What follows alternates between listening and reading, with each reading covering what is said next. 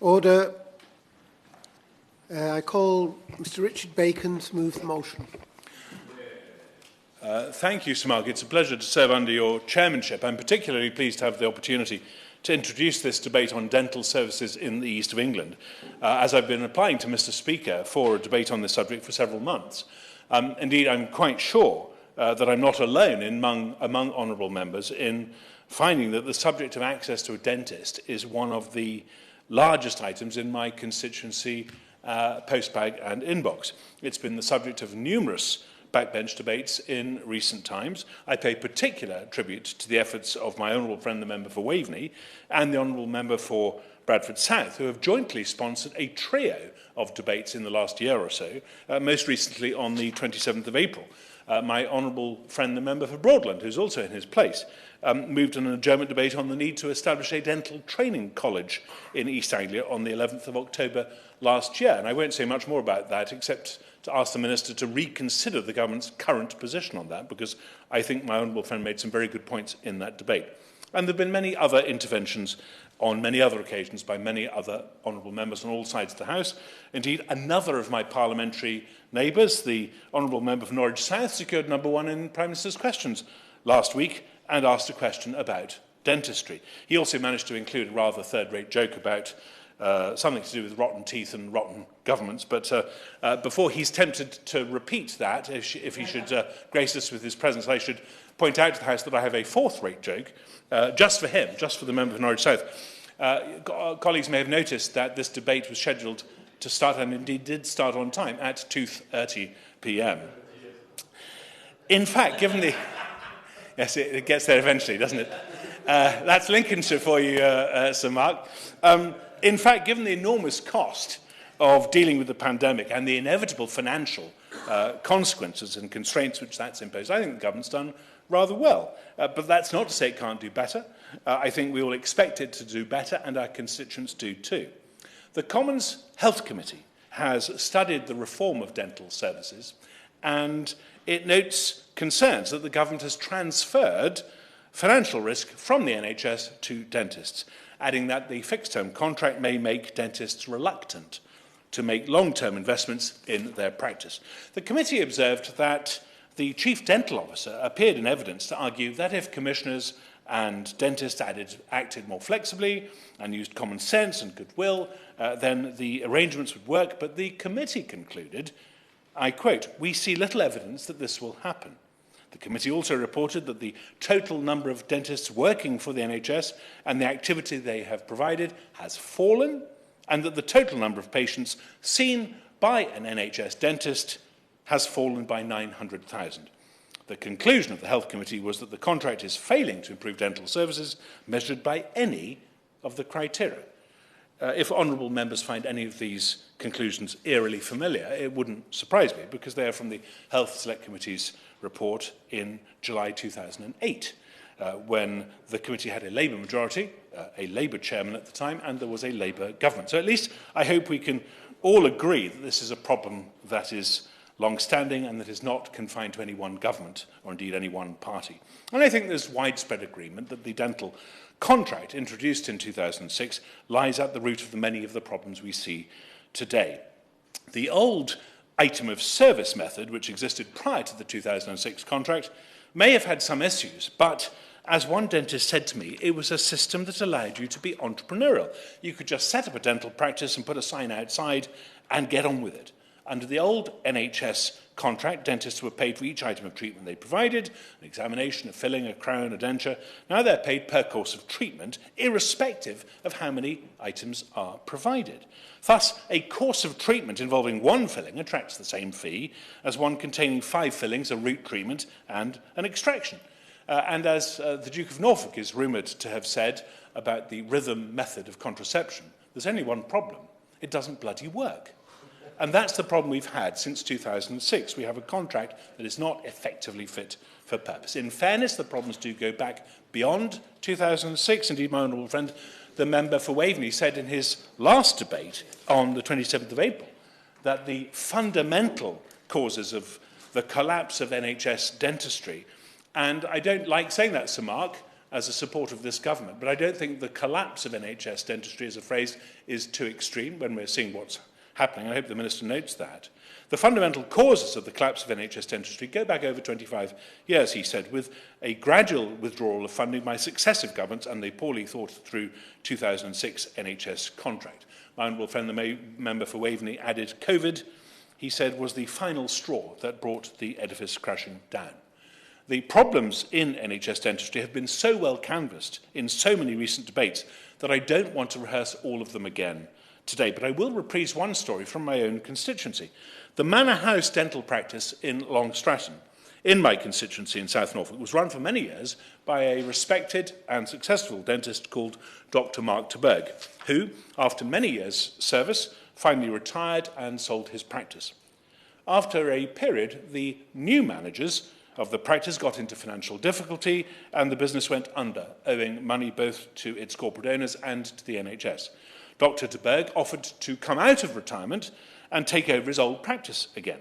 And as he was quoted as saying in a local newspaper, "You would have thought that NHS England would have bitten my hand off. But after months of making the offer and getting nowhere, I actually intervened on his behalf with NHS England. It didn't seem to make much difference. He finally gave up waiting and decided instead to set up an entirely separate new dental practice in Long Stratton. In fact, I drove past it the other day and there was a sign saying open from the 4th of May. And I spoke to him yesterday. He's now very, very busy. He doesn't have an NHS dental contract at all. It's all private work. And he's extremely busy in Long Stratton, which is not by any means the most prosperous part of my constituency. As Alison Pearson wrote on the 10th of August 2022, so not quite a year ago, in the Daily Telegraph, not a notable bastion of left-wing journalism, Sir Mark, I can't think of a better example of a two-tier NHS than the one that currently exists in dentistry. Indeed, I understand that the providers of dental plans, for example, a firm called Practice Plan, which styles itself the UK's leading provider of practice-branded dental membership plans to help you leave NHS dentistry or switch providers, are so busy that they are rushed off their feet.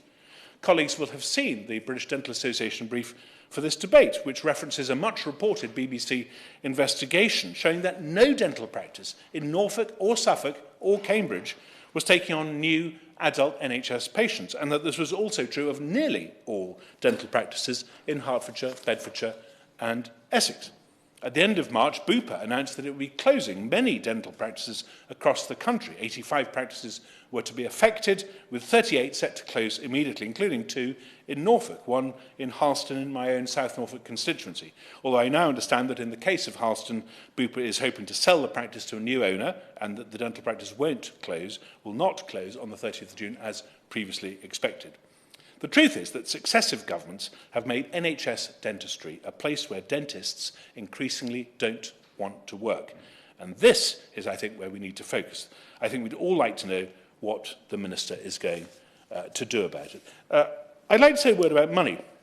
The thing which struck me most in preparing for this debate was how little money the NHS spends on dentistry. Indeed, how little is spent on dentistry at all, compared with what it spends on other things. It's currently around 3.2 billion a year. That fluctuates a bit, and about 20 to 32% of that fluctuates too, is actually paid through patient charges, paid by the patients themselves. A recent National Audit Office study showed NHS spending rising from 123.7 billion in the financial year ended 2020 up to 151.8 billion, more or less 152 billion, at the end of the financial year that's just finished in March, with further big rises expected and planned, going up to 162.5 billion, 162.6 billion, by the end of the financial year 2025. These are huge sums. In comparison, the annual cost of dentistry is tiny. Anything under £3 billion, I always tend to compare with the National Programme for IT in the Health Service, one of the less successful parts of the last Labour government, because the Health Committee at the time and the Public Accounts Committee studied them extensively and showed that the electronic patient record element, which cost £2.7 billion, it achieved basically nothing. I quote from a report at the time. This was the Public Accounts Committee's third report around August 2011. It said, the department is unable to show what has been achieved for the 2.7 billion spent to date on care record systems. In other words, that nearly 3 billion quid achieved precisely nothing. Absolutely nothing. Now, I know this is not quite comparable. This is an annual number. But when you're talking of a few £100 million or a couple of billion, you really are talking about a few failed government computer projects in terms of the quantum. Compared with 124 or 152 or 160 something billion pounds, which we're now talking about, 2 or 3 billion here or there is really of very little account. Now, I'm sure the Minister will refer in his response to the fact that the government's aware it needs to reform NHS dentistry and that he's working on a plan. And I'm sure some honourable members may press him on a date for that plan. I'm not going to do that. I'm much more concerned that when he gets the plan, that it's right. And I will be, even though I think it's not the responsibility of any one government that this has gone wrong. I think, in fairness to the Labour government of the mid-noughties in 2006, they were trying to correct what they thought was a big problem, that the item of service method led to a bill that was difficult to control. It was more akin to annually managed expenditure in the Social Security Department. Yes, yes, of course. I think they're going to give away. He's making some very good points, and I congratulate him for securing this debate. He'll of course recognise there is a tension between payment by activity, which is not necessarily a desirable way of managing health, be it mental health or physical health, and moving towards a more preventative model, which was the aim, if not the reality, of the changes to the 2006 contract and subsequent changes beyond that. But I just wondered what he would think of about finding a way of locking in dentists to the NHS for maybe 5 years post-graduation as being a way of ensuring that they do pay back some of that training that has cost the taxpayer many hundreds of thousands of pounds. Well, he makes several good points there. On the business of paying by activity, of course, we did that for acute hospitals, and we got a huge amount of acute activity in acute hospitals, and mental health was then the Cinderella with what little was left. And, of course, there are tensions. He, as a practicing hospital doctor, will know that better than most. And how you thread this needle, how you get the results you want, is, of course, something that's confronted governments for many, many years. In relation to his specific point, when people have gone through medical school, or in this case dental school, and come out the other end, I mean, junior doctors, and I'm sure it's the same for junior dentists, are at the moment struggling in the way that many other people are, including young professionals, to afford anywhere to live. We have hundreds of thousands of acres of public land, Ministry of Defence land, NHS land, railway land, church land, which has a sort of quasi-public flavour to it. Norfolk County Council alone owns 16,000 acres of land. I would say to these people, come and work for the NHS for a few years, full-time, commit yourself completely to this, and we will help you design and then build and then rent from us at a decent rent, and depending upon the calibrated loyalty package, which I'm sure we can easily work out, you get the chance to buy the house that you've designed for yourself at a point in the future. By the way, going back to my honourable friend, the member for Broadlands point, getting people to stay in a particular area has proved difficult, not least because we don't have a dental training college. But one of the other things is if you can make it, people understand that the area they're going to work in is a particularly attractive area, as is true of much of the east of England, except people don't realise it because not enough people, certainly in dentistry, are educated there. I think there is a huge opportunity for the government to get this right. And I'm more concerned that the plan, when it comes out from the Minister in the next few weeks or perhaps months, is correct. Because the fear I have is the potential downside. You see, my constituent who booked for her children before Christmas an appointment for the 9th of May, and who found it cancelled by a text message from the Harleston Bupa practice recently, and has now been phoning to find out what's going on, won't care. She won't know about the interstices of the 2006 dental contract and the fact that it's actually, although perhaps well-intentioned, flawed, deeply flawed, and has led to many of the problems we're now grappling with. She'll just care she can't get an appointment. And although the opposition hasn't been particularly fleet of foot in recent years, even they can see that this is going to become a very, very salient issue in the next general election. Very salient. We've got our 5 points: halving inflation, growing the economy, reducing national debt, cutting NHS waiting times and stopping the boats. I mean, they're fine. I think they're not a programme for government. They're things we need to do to restore confidence after the events of last autumn, of which it might be best, if I were to quote Mark Twain, to try and draw a veil and hope that not too many people remember them. But the fact is we need a better programme for the election itself. I'm sure we'll have one. But what the member for Denton, I think, is going to be doing with his chums is sitting there thinking, well, what are our 5 points going to be?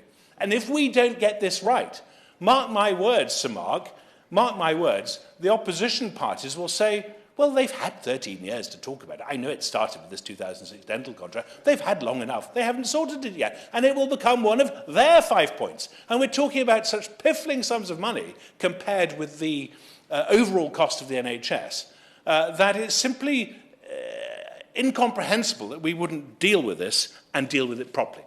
What is clear is that the issue of dental care has been of growing concern to our constituents for many years, that this concern has only grown as successive governments have failed properly to grapple with these issues, that on present trends it will continue to get worse, much worse, unless the government decides to take a decisive step change and then matches that decision with the right resources in the right places within a contractual framework that incentivises the right behaviour. And that's what the government needs to do. Right, thank you. Next speaker is Andrew Selous. Thank you very much. Sorry, I forgot some of the script. Question is that this House has considered dental services in the east of England. Can I remind members they should bob if they wish to be called in the debate? Andrew Selous. Thank you very much, Sir Mark, and I congratulate my colleague and good friend, the member for South Norfolk, on an excellent and passionate speech, and I agreed with every word that he said. Sir Mark, I too am a veteran of these debates, and I dusted off the speech that I made on this subject, probably in this very chair, on the 10th of February 2022, and things are not better, so I'm back, as we all are, and that is the duty of backbench members of Parliament to speak out on behalf of our constituents. In February 2022, I'd been told a month or two before by NHS England that of the 47 dental practices in my constituency, that 6 were taking NHS patients. I'm afraid I don't think that was accurate, because it wasn't the experience of my constituents. And when they told me they'd done a search on dentists in my constituency available to take NHS patients, I don't think they'd actually knocked on the door, Sir Mark, and gone in and asked them. I think they had sat and looked at a website and seen what an out-of-date website said. And, frankly, that is not good enough. For a public service, which matters, you shouldn't be looking at an out-of-date website and giving members of Parliament inaccurate information. And the situation is still not better. And if we look at the figures from the House of Commons Library brief on the percentage of children who have seen a dentist within the last year, so just before the pandemic, in September 2019, it wasn't high enough. It was 58.5%. So just under 6 out of 10 children seeing a dentist every year. So the pandemic has a lot to answer for in a lot of areas of our national life. And the latest figures we have from the library brief show that in June 2022, that had declined from 58.5%, which wasn't high enough anyway, down to 46.2% of children seeing a dentist in the last year. So under half of children in England seeing a dentist every year. We know how important it is for children to see a dentist every year. It's a huge cause of children going to hospital to have teeth taken out and so on. And, regular trips to the dentist, proper prevention, proper brushing could prevent that. And it's not any better with adults either. The same figures for adults going to see a dentist in the last 2 years. I'm not sure why we give adults 2 years, license measure 2 years rather than 1 year for children, but that seems to be what we do. So in September 2019, it was just under half, 49.5% of adults had been to see a dentist in the last 2 years just before the pandemic, and that has crashed down as well, and now is barely more than a third at June 2022 at 36.9%. So just over a third of adults in England going to see a dentist every 2 years. So there clearly is serious work to be done because oral health really matters. It matters for young children, as I said, far too many of whom turn up in hospital having to have teeth taken out. It is really important that we teach children to brush their teeth well. I think we all need to be reminded of that. It was actually a Radio 4 programme the other day that I was listening to that reminded us that we shouldn't rinse the toothpaste out of our mouth, we should only spit it out. And now you might think that's a rather sort of piffling fact to make, Sir Mark, but actually, if that is helping the nation's teeth to be a bit healthier by leaving the fluoride on our teeth, then actually it's quite important information. So I think, there is a job to be done, actually, just educating the whole nation how to look after our teeth properly. I'm also very passionate about dental care for older people as well, because I think with busy adult social care staff, it can be an area that gets forgotten. In nursing homes and care homes. I don't think it's always had the priority that it needed. I had a debate in the main chamber on this subject a little while ago, and also in domiciliary care as well. And it just does need to be there because poor oral health can contribute to a whole host of other problems and make them worse if you have a low-level bacterial infection in your mouth because you don't have good dental hygiene. So we really do need to get this right. Now, I was very taken with my honourable friend's suggestion, in fact, the intervention during his speech from our other honourable friend, about NHS dental students giving some time to the NHS. I think 5 years was suggested. Now, I'm conscious that unlike me when I went to university, there are grants and students leave with quite a lot of student debt. But I think there is something we could and should do there, because if you're training to be a doctor, you're training to be a dentist, you are in receipt of a large amount of taxpayers' money, and I think taxpayers can reasonably ask what they are getting back for a public service, whether we could do something on the amount of debt they have, Sir Mark, whether we could vary or pause the interest rate or something if they gave those 5 years to the NHS. I think that would be worth looking at, and I think it would make a significant difference if there was a greater supply of dentists. So I come back again to say that the situation is not as I would want it to be. I want my constituents to be able to get to see a dentist easily. I did speak to the Minister before the debate. I know that the government is earnestly working on this and will come up with a plan in the next few months. And I have to say, sparing his blushes, I have particular confidence in this Minister because he has been incredibly helpful to me on general practice provision within my constituency. I think he is an outstanding Minister, if I can say that, while sparing his blushes, highly intelligent, who really does the detail and delivers and asks the questions that need to be asked. So I do have hope and confidence in him, but I say to him, as I think all his honourable friends will say to him today, this is urgent, it matters, please deliver properly and deliver quickly. I call Peter Aldous. Thank you very much, Sir Mark. It's a pleasure to serve with you in the chair, and I congratulate my honourable friend and neighbour, the honourable member for South Norfolk, for securing this debate and leading it. That said, I just put a faint praise there. It is, I'm afraid, easier for an MP to secure a debate on NHS dentistry in this place than it is for one of our constituents to actually see an NHS dentist. The East of England, as we know, is the most arid region in the country. That is certainly the case in terms of rainfall, and it's probably also the situation with regard to NHS dentistry. As we've heard, it's been the number one item in many of our inboxes over the last 2 years. There are, I'm afraid, no signs of that abating, though from what the Minister has said, I do get the sense that the first steps are being taken to providing an improved service. There is much work to do, and I await the government's plan for NHS dentistry, and I'm very much aware of the hard work that my honourable friend has been carrying out, and hopefully he will be able to provide a publication date when he responds to this. And what I will now do is I would just highlight the sort of things that I believe that he should include in that NHS dentistry plan, with a slight slant towards the east of England as well. Now, the first item is, of course, NHS dentistry does require and need fair funding. And the BDA, the British Dental Association, they have estimated that if we were to restore budgets to their 2010 level, then you would be needing £1.5 billion a year.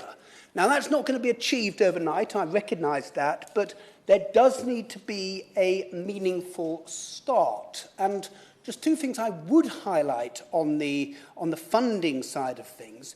There is as I understand it, the annual budget for NHS dentistry is of the order of £3 billion, and just over 10% of that is due to be clawed back because it's not being spent. Now, I don't know if the Minister has given an assurance elsewhere, but that must remain ring-fenced for NHS dentistry. And I think the fact that you've got money that is not being spent really shows that the whole system is broken. And we saw that last year at the beginning of January 2022 when the government announced £50 billion of funding for what was described as a dentistry treatment blitz, and only 30% of that was spent. So, there is a lot of work to do on the funding side.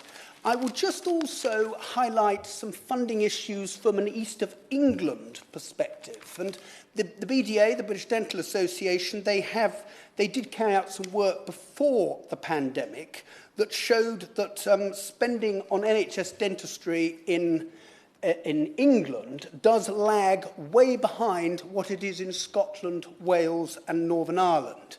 If we then home in on what is happening in England, some recent research was carried out. It was commissioned by the University of East Anglia. It was carried out by some people called Health Economics Consulting.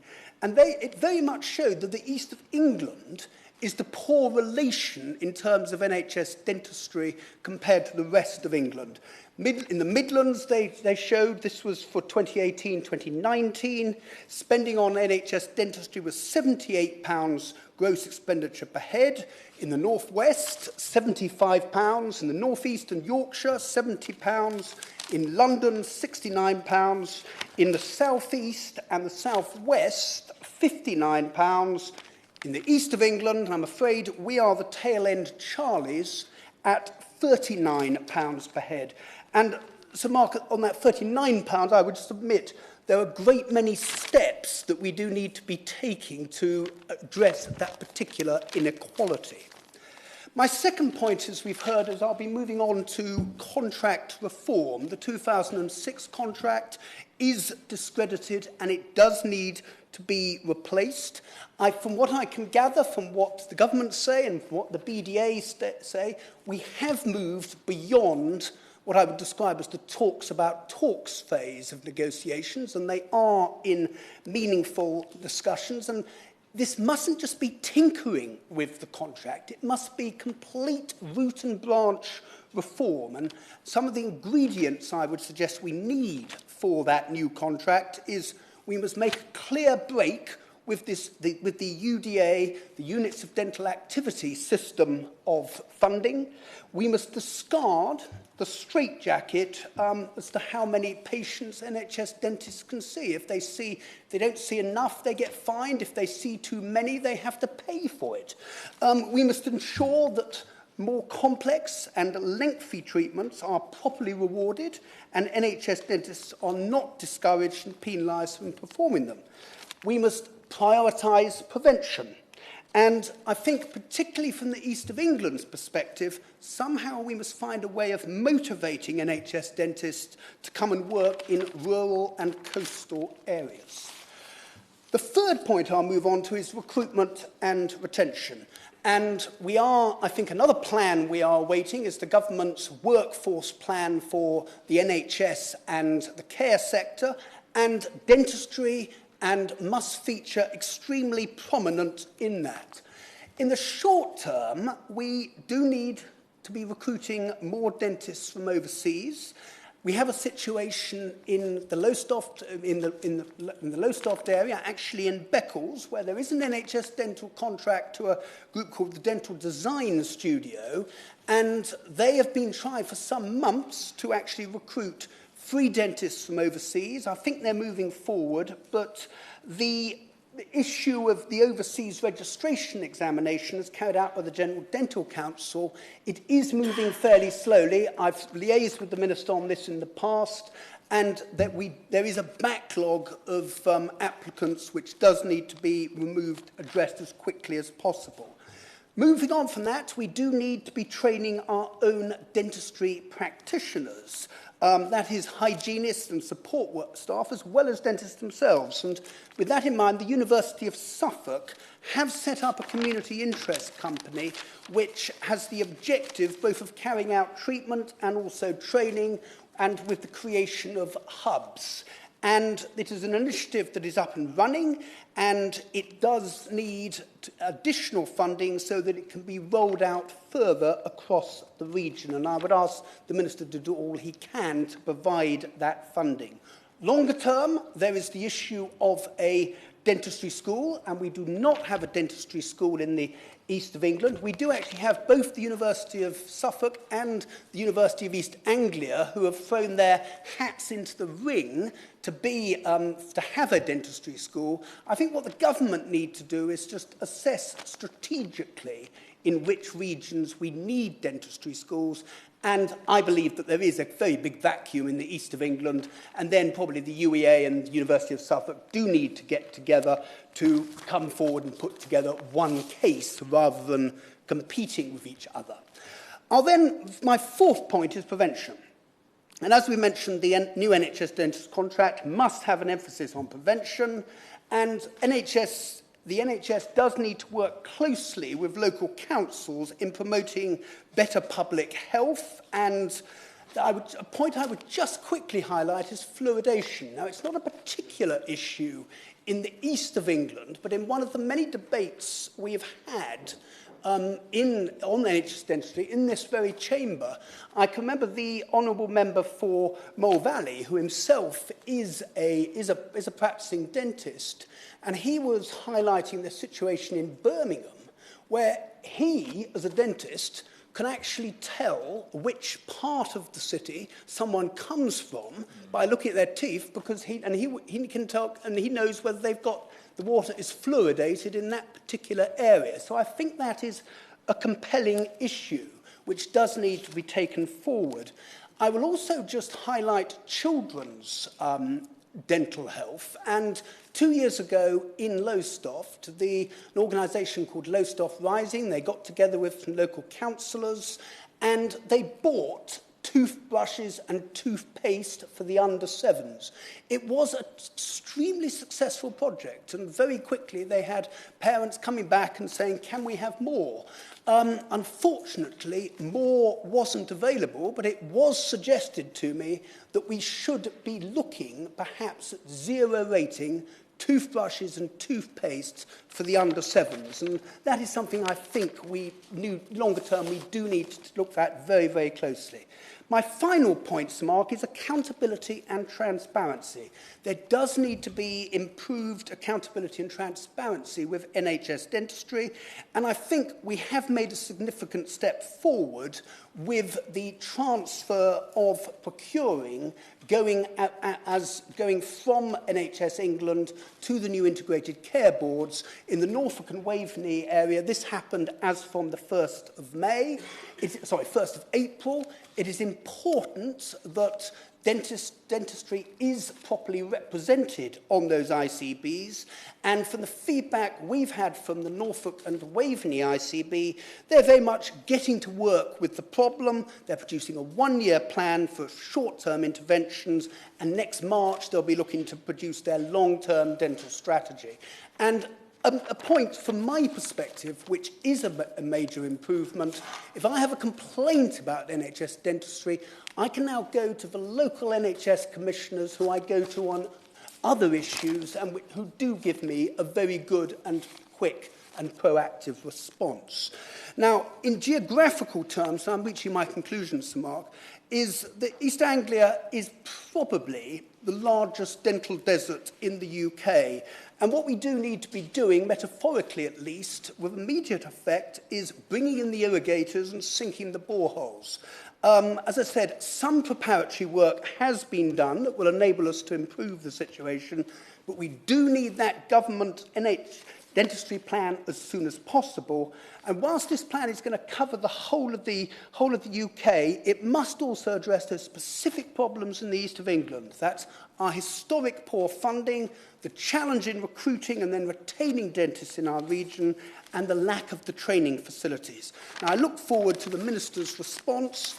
As I said, he impressed me with the way he's got about this task. But when he produces that plan, I would suggest it needs to be ambitious, visionary, and innovative, and not just a sticking plaster. Thank you very much. I now call Jerome Mayhew. Thank you very much, Mr. Mark. One of the unifying features of the speeches that we've listened to today is we've all heard it before. Not only have we all heard it before, but we've all said it before. All said it before. So I'm going to try, I may fail, but I'm going to try not to do that. I do have to highlight some elements of the problem, but although it's been ably covered by the Honourable Member for Waveney. Access to NHS dentistry, specifically in Norfolk, the worst part of the east of England, was surveyed in 2020 to 2021. And of the 150 sub-regions of the country, Norfolk came 147th for access to NHS dentistry. And as I've said to this minister in a previous speech, you only have to follow the money. Because, as the Honourable Member for Waveney has already pointed out, the best areas spend nearly £80 per mouth per year on dentistry. The east of England, it's £39, fully 50% less. And one of the questions I ask of the Minister is, does he have an explanation for that? Because I genuinely struggle to understand how it is that the east of England's spending on NHS dentistry is so much below the rest of the country. It does seem to be without currently an explanation. And then taking it to Broadland, more locally still, the lack of dentists of any description, is really profound. I was lucky enough to persuade the department to advertise, to create a new contract for dentistry, NHS dentistry, in Fakenham last year. And so the money was available, and they advertised. Not a single person, not a single organisation, Mark, applied for that contract, and it's still vacant. The Honourable Member for North Norfolk, who is unable to speak in this debate, he has in his constituency a dental practice in Sheringham, which is owned by an organisation that has an equivalent practice in London.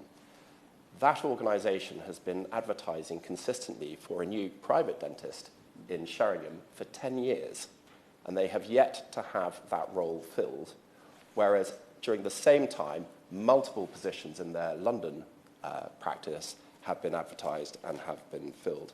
So it's not just a regional issue, it's, geography really matters. Geography really matters here. And I'm sorry to say, just last week, the latest in a long and ignoble line of announcements came about when Brundle Dental Practice, which is an NHS practice, contacted their current patients and said from the 1st of September this year, they will no longer be accepting adult patients for the NHS. And people are being asked to move on to monthly subscriptions, working out between £150 and £400 a year for dental care. And I'm struggling to know what to say to those constituents of mine, many of whom have contacted me, because not a single NHS practice in the county of Norfolk is currently accepting new patients under their NHS contract. And you can say, well, at £11 a month, although that's only for checkups, that's only for hygienists, it's not actually for dental care, that's an extra charge. You can say that many people can afford, if they have to pay for dentistry. But within that number, you have to also consider those who are excluded from paying dental charges because of their financial circumstances. What are we asking of those constituents? Where are they to turn to when there is not a single provider in the county of Norfolk accepting NHS dentistry? The answer, of course, is that they'll go to the Norfolk and Norwich. They'll go to the university hospital when their dental problems become acute. And we merely transfer from the dentistry budget into the NHS and acute budget the problem, which is going to be so much worse and so much harder and more expensive to treat because we're not nipping things in the bud. We're dealing with acute emergencies.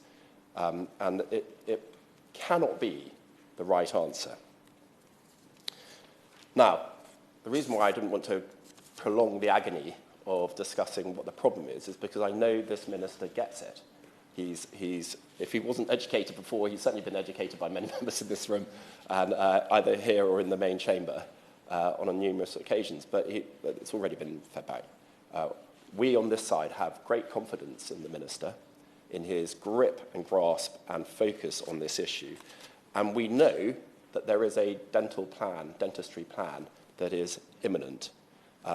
Obviously, the sooner it's published, the better, and more power to the minister's elbow. But there are, if I may, a number of suggestions which I hope will find their way into that plan. So in the short term, additional contractual improvements to the current dentistry contract. Other members have spoken eloquently on this, so I highlight that as being very important. But in the medium term, we've had reference to centres for dental development. There's the University of Suffolk, far progressed in their application. There's also a necessity for a similar venture for the University of East Anglia, or at least similar work for that in Norwich. But in the long term, we simply have to train more dentists. We have to open this market to allow people to access what is a lucrative and fulfilling career that currently is not being expressed in the east of England and in Norfolk in particular. And we do need to train in the east. The University of East Anglia has put forward proposals for a dental school.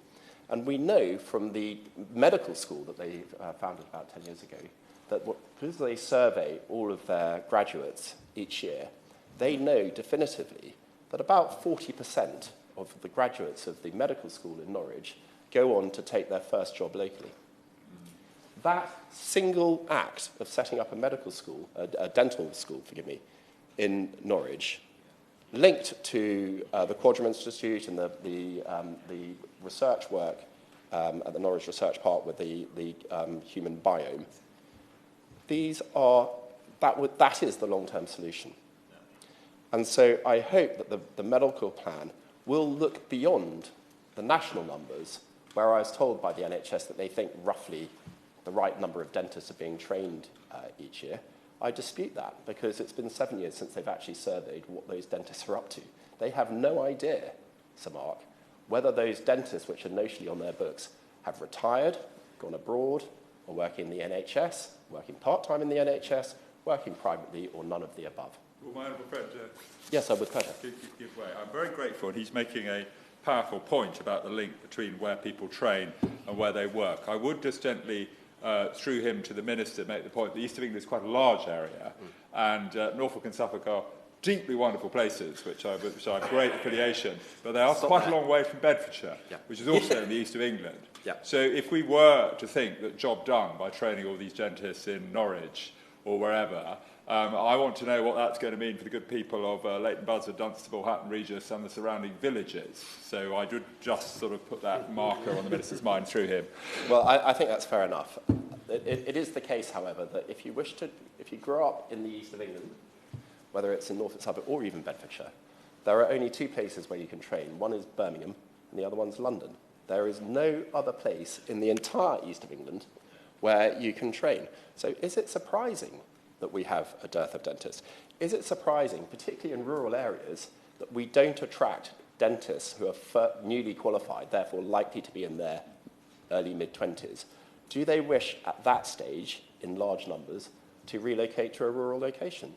Many do not. So we need to bring the beauties of East Anglia, including Bedfordshire, to trainees, and that we can benefit from the stickiness of tertiary education and location. And then finally, there's another point which the Honourable Member for Waveney raised, and I wanted to just develop a little bit, and that is fluoridation.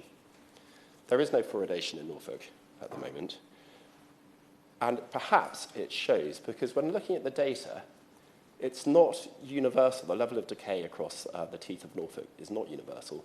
It is substantially located towards the west, West Norfolk and King's Lynn. Now, there are all sorts of factors which may go into account for that, but I do notice that if you look at areas of higher dental decay, they correlate with areas which have reduced natural levels of fluoridation in the water.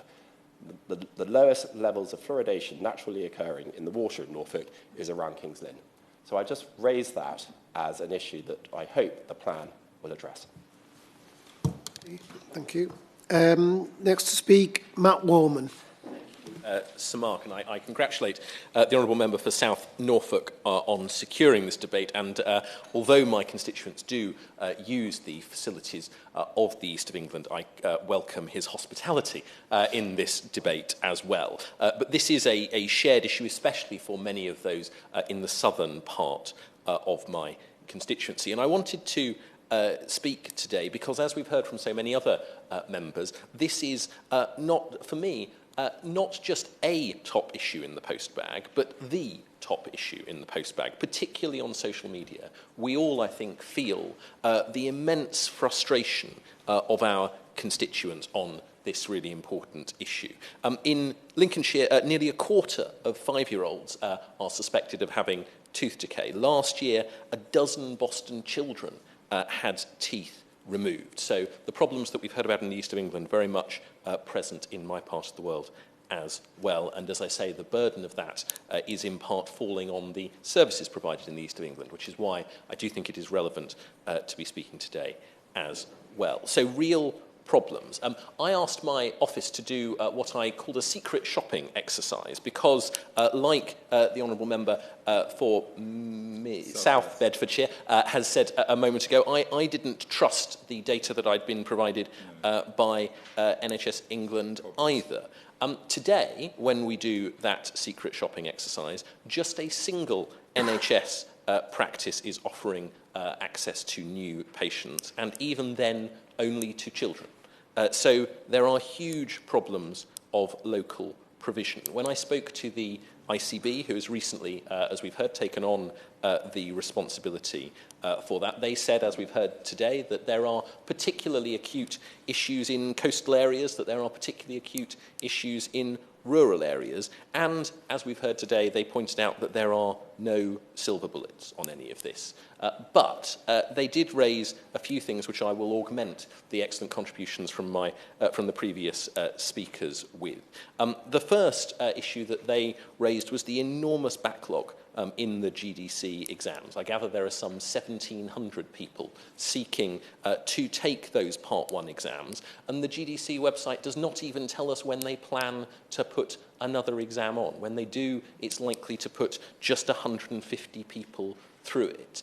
I know that they are obviously an independent body, but I would ask the Minister, as I know he already is, to do all he can to encourage them to pull their finger out. The issue of a dental school in the East of England, of course, there is a medical school in Lincoln. It training dentists would benefit the broader area as well. And as we've heard today, there is a clear need for many more dentists to be trained across the country. So perhaps we could do something for East Anglia, and we could see benefits from Lincoln trained dentists as well. I think that would benefit the whole region. We've also heard about fluoridation, an issue that affects my constituents as well. I don't think anyone except the outer edges of the internet could possibly argue against fluoridation, and we should encourage it as quickly as possible. On the outer edges of the internet, I give way to my honourable friend. I try not to inhabit that area, but it is very surprising, does he not think, that only 10% of the drinking water of the country is currently fluoridated? Do you think that's a surprising number?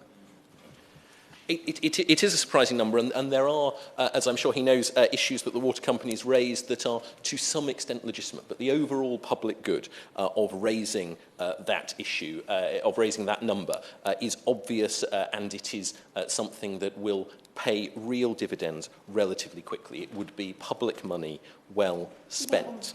I give way. That's my point. I think in this place, fluoridation is recognised, but the feedback I get from water companies is that these conspiracy theories in the outer depths of the internet cause them concerns. So would you therefore agree that there is a need for government to lead a public awareness campaign on the benefits of fluoridation and to dispel these urban myths? I thank you for that intervention. I was the minister responsible for 5G during COVID, and we all remember that apparently 5G caused COVID. Now, there is a dilemma. I should be very clear that it did not. But there is a clear dilemma for government on particularly that point as to how much government engages with what are genuinely fringe conspiracy theories and risks giving them a degree of salience and a degree of credibility that they simply do not deserve. I would encourage the Minister and his colleagues in DEFRA simply to get on with it and engage where necessary with people who are genuinely worried. But sometimes we do have to acknowledge that the extremities of the internet is not a place where rational debate can always be had on be it 5G and COVID or fluoridation and tooth decay. Two other points before I sit down and end my jaunt to the east of England. The first is to say that I know the Minister is looking at, as we do in GPs and the NHS more broadly, looking at what work can be done by people who are not fully qualified dentists that would help the nation's oral health. That is an expansion, along with the expansion of people who were trained abroad, that I think would be welcome, could make a difference, but it is not the silver bullet either. And my final point is to say that while my secret shopping exercise was a valuable one and it was an instructive one, it is in itself a huge sign of failure, because that data of which dentists are accepting patients should be freely and easily available so that constituents can easily see where it is that different practices are offering help, because in the structure of NHS dentistry, we are always going to have some with open lists and some with closed lists, even in a healthy system. Easy access to that information, I think, would benefit our constituents, would benefit us, would benefit NHS England. I know his Secretary of State is a huge fan of data, and I know he is making this as open and easily available as it possibly can. I hope could form a part of the much awaited and eagerly anticipated dentistry plan. I know that it is coming, I think soon is the current government parlance. In a world where the autumn runs, I think, into February, I would hope that soon is well before the summer, and it will make a difference. I know it will make a difference in the medium term, but the biggest frustration for all of our constituents is that fact that there is no silver bullet. I hope the dentistry plan includes, for instance, the experimental ways of employing dentists that some trusts are using up and down the country, because that will provide some of the interim measures that will, I hope, come before the opening of, I think we've now secured 3 dental schools in this debate alone. Those will make a huge difference, of course, but it takes time to train dentists. Constituents need solutions as quickly as possible, and it is in pursuit of that that we will save people turning up at A&Es, turning up at emergency dental appointments that will only come as a consequence of what are very avoidable and basic services that I know he is keen to offer in this country as quickly as possible. Thank you so much. Right, now we come to front bench contributions.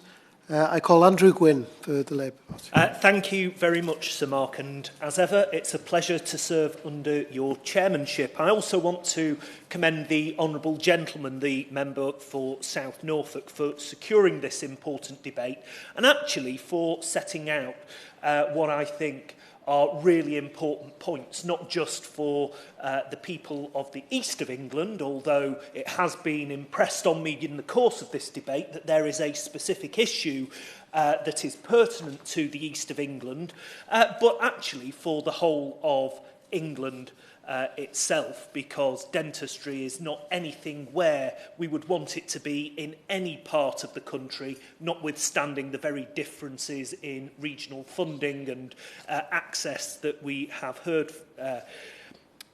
I think we've had a really good, thorough debate, and there's a lot of consensus as well, not just in terms of the members here, but across all sides of the House when it comes to the state of NHS dentistry. I thank the honourable members for South Norfolk, South West Bedfordshire, Waveney, Broadland and Boston and Skegness for the veritable tour of the east of England and South Lincolnshire that I've been sent on. I'm well aware that South Lincolnshire isn't in the east of England, although it's very close to it and uses lots of public services within it, not least because my wife is from Bourne in Lincolnshire, so I know how the area connects over into Cambridgeshire and beyond.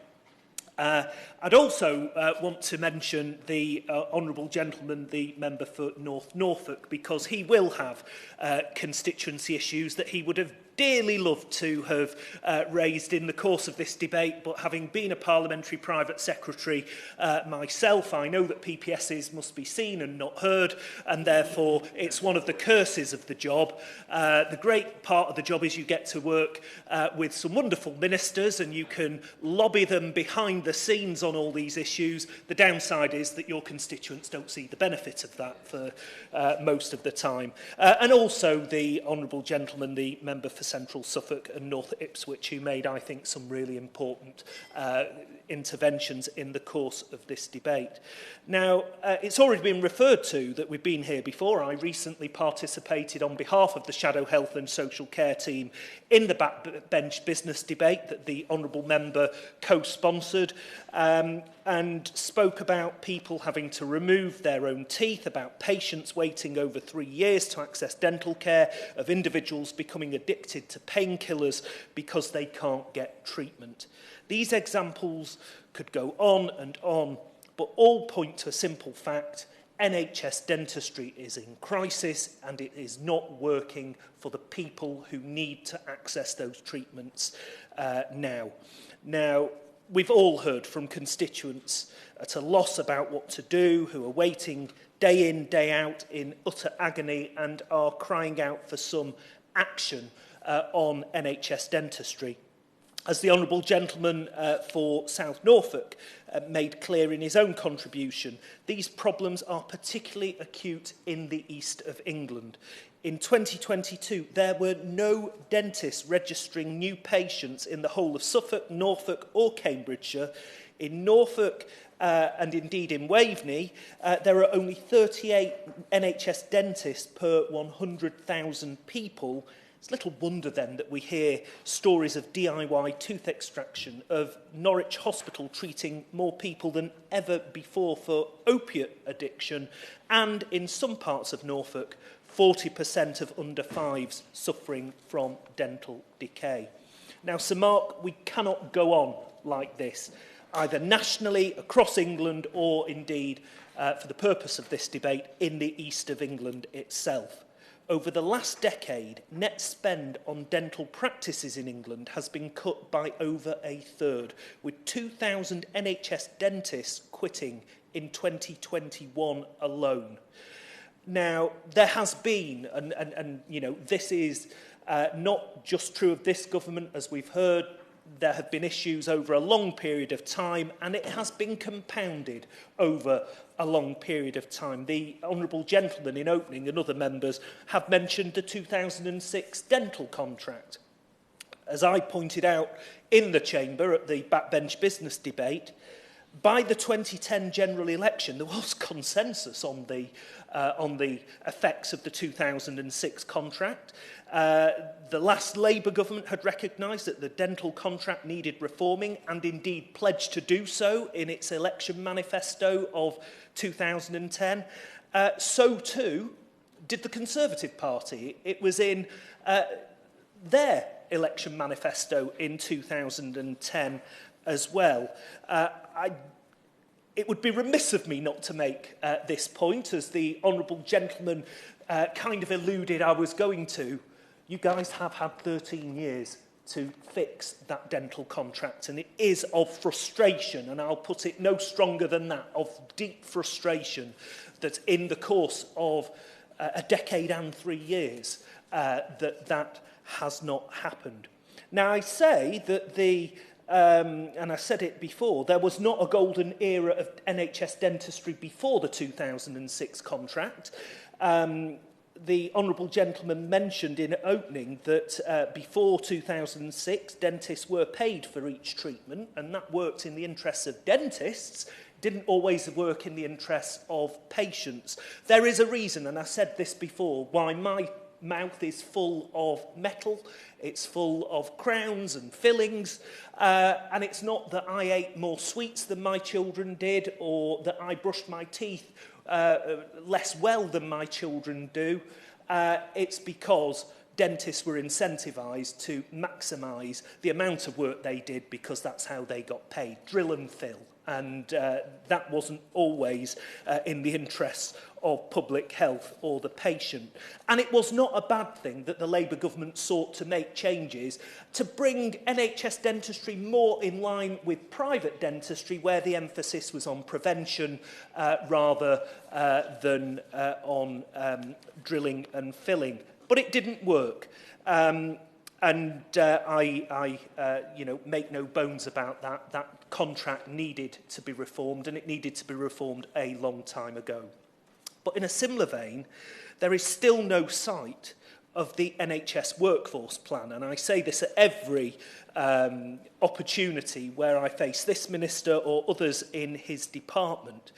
We know it currently resides on the Secretary of State's desk.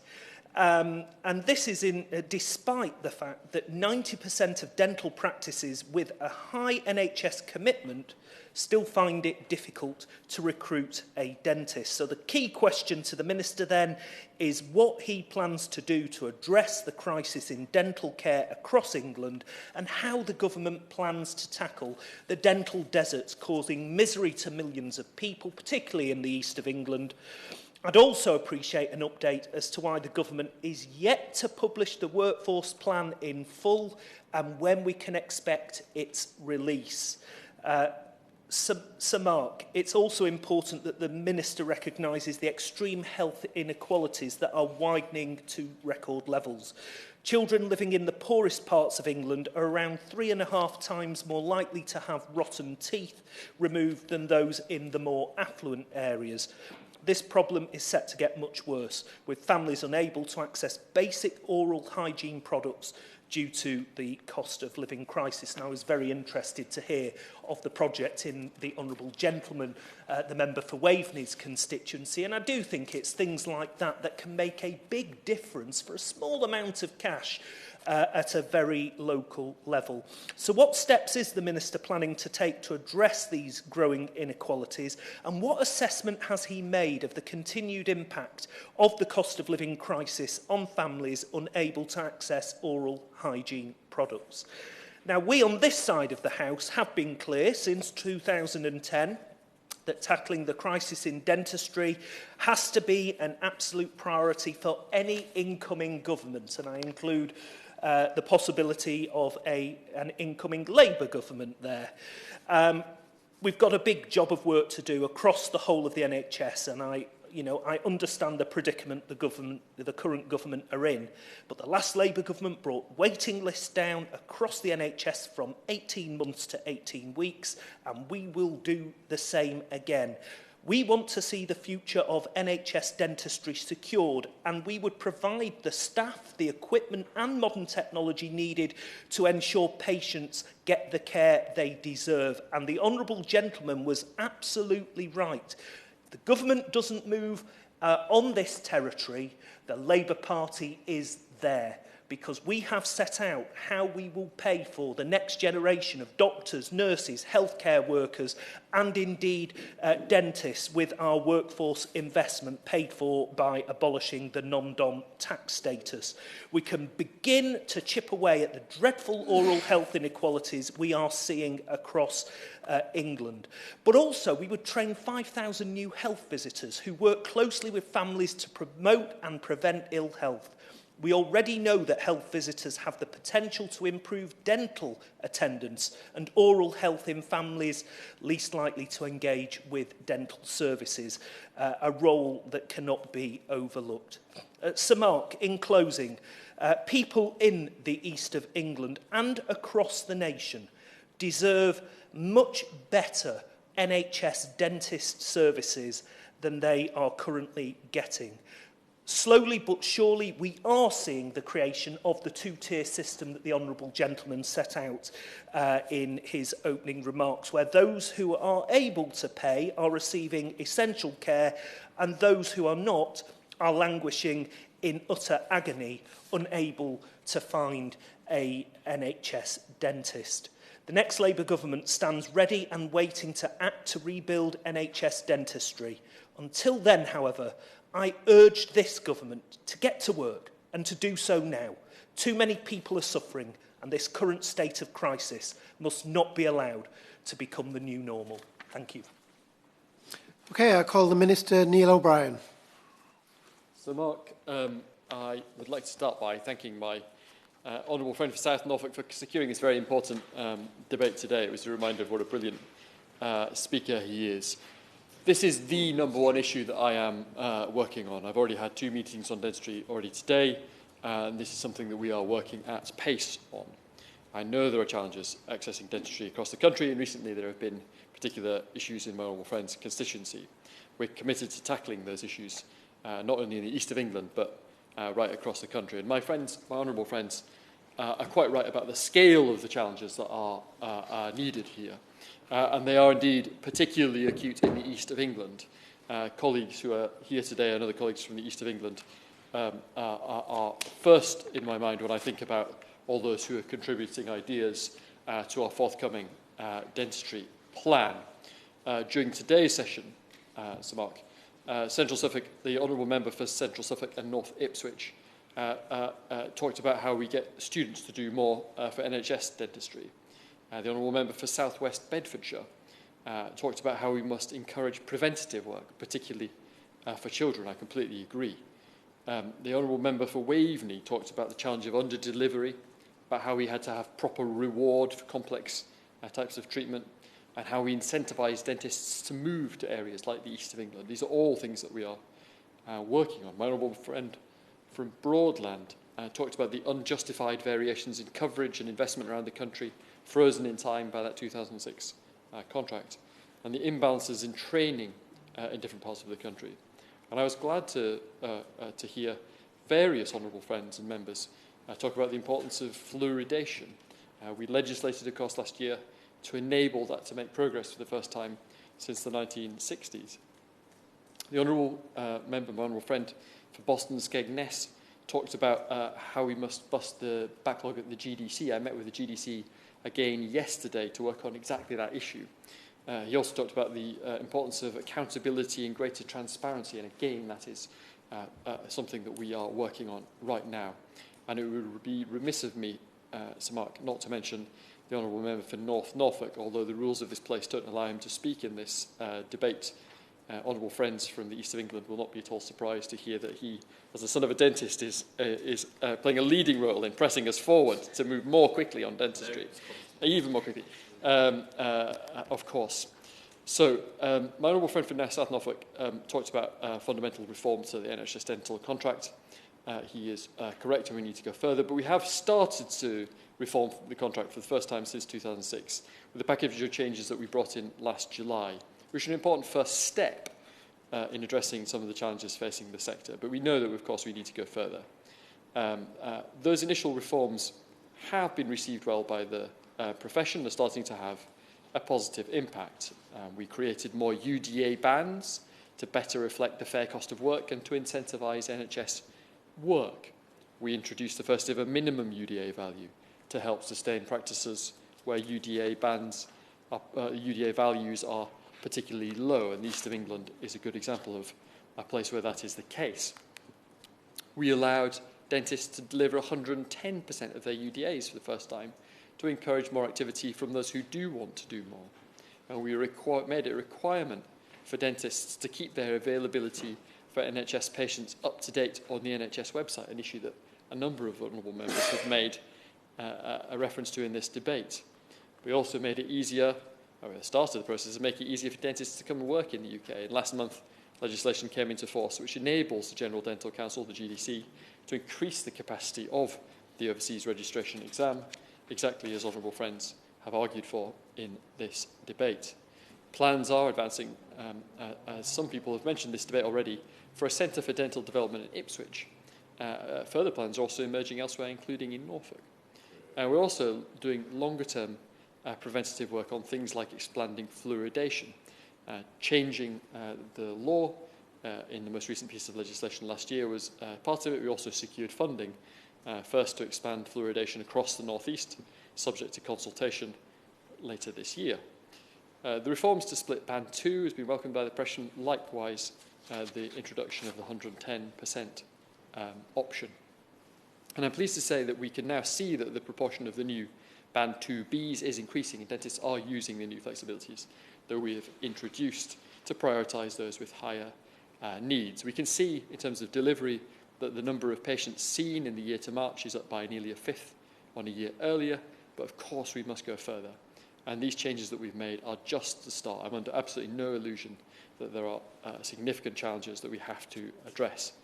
And those reforms that I have talked about in the forthcoming dental plan will draw on the ideas put forward in this debate and offline by honourable members who are here.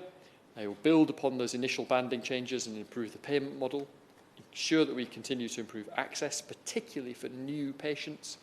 It will also look at how we address historical UDA variations and how we make NHS work more attractive to ensure that NHS dentists are incentivised to deliver more NHS care.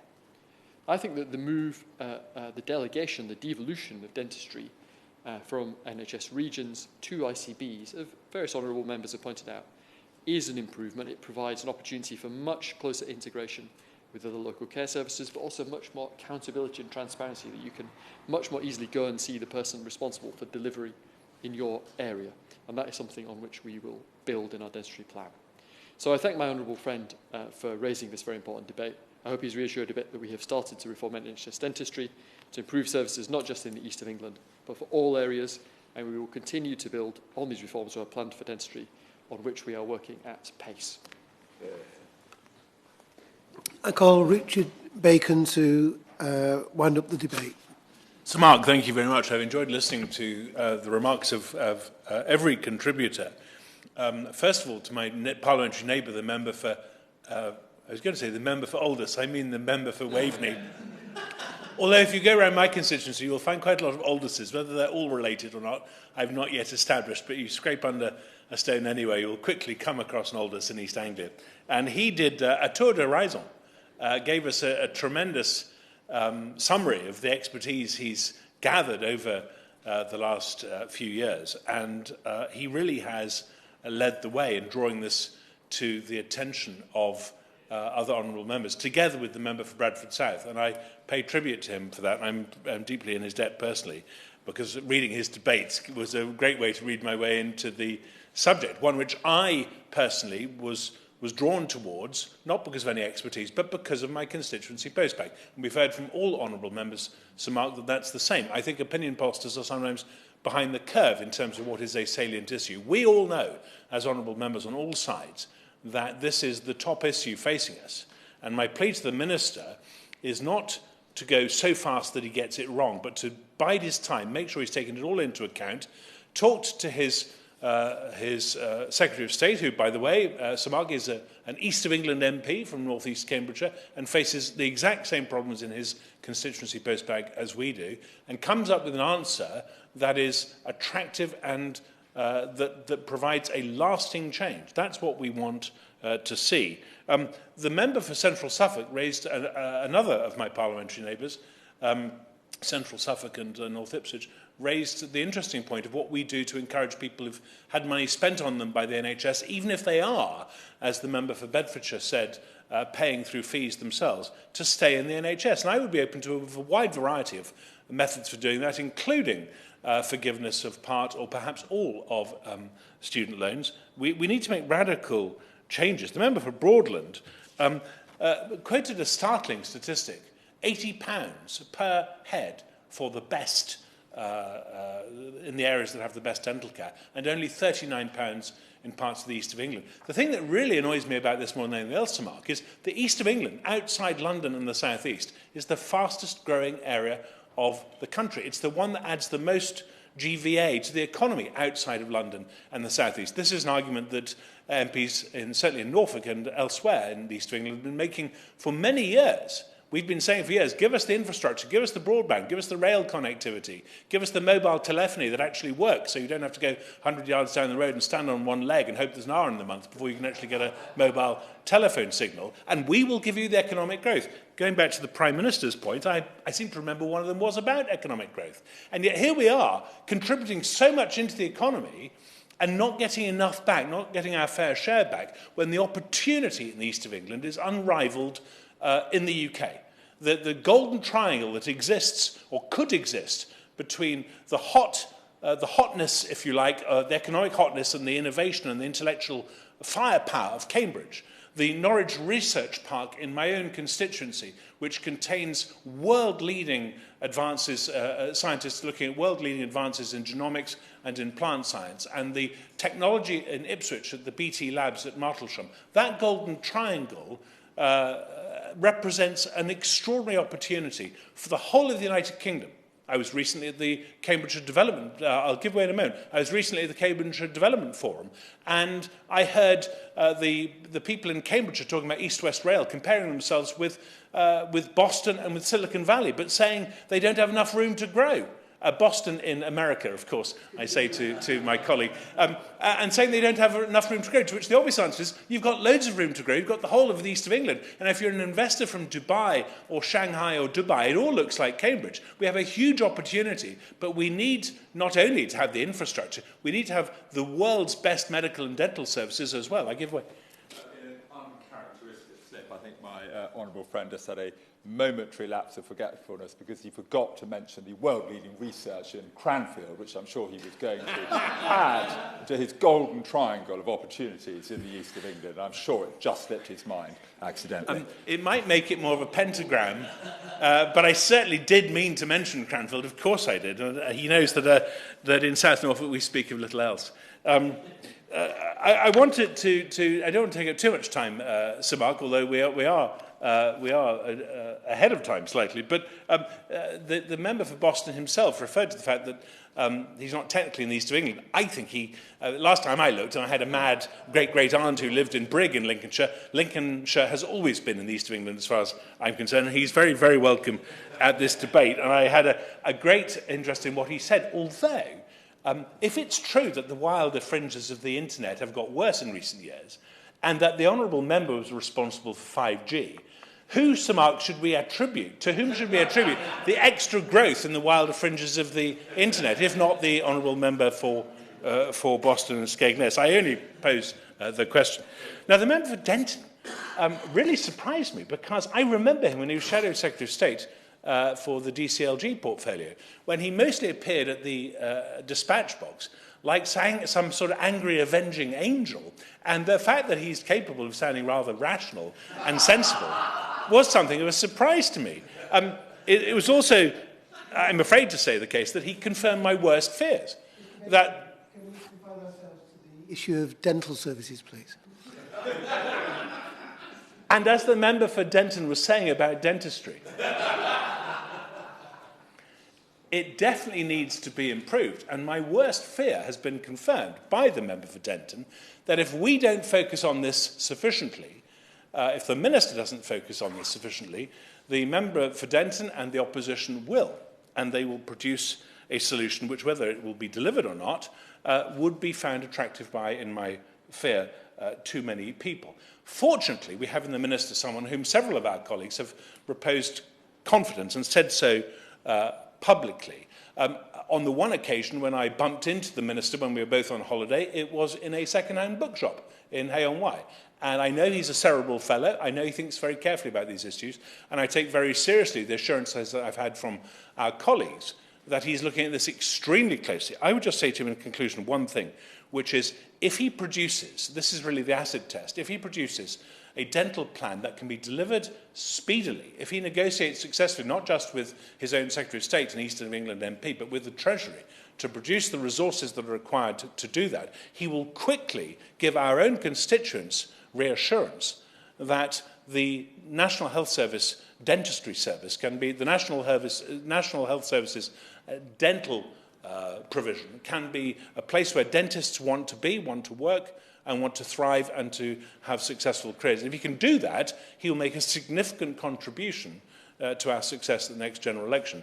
So, not to put any pressure on him, but I believe that this issue, and getting this issue right, reflecting what I said at the beginning of the debate, Sir Mark, about the fact that this is such a salient issue for our constituents, means that there is an enormous burden upon his shoulders to get the right answer for our constituents to have dental provision that works. Thank you. Okay, the question is that this House has considered dental services in the east of England. As many as are of that opinion say aye. Aye. Of the contrary, no. I think the ayes have it. The ayes have it. Order, order.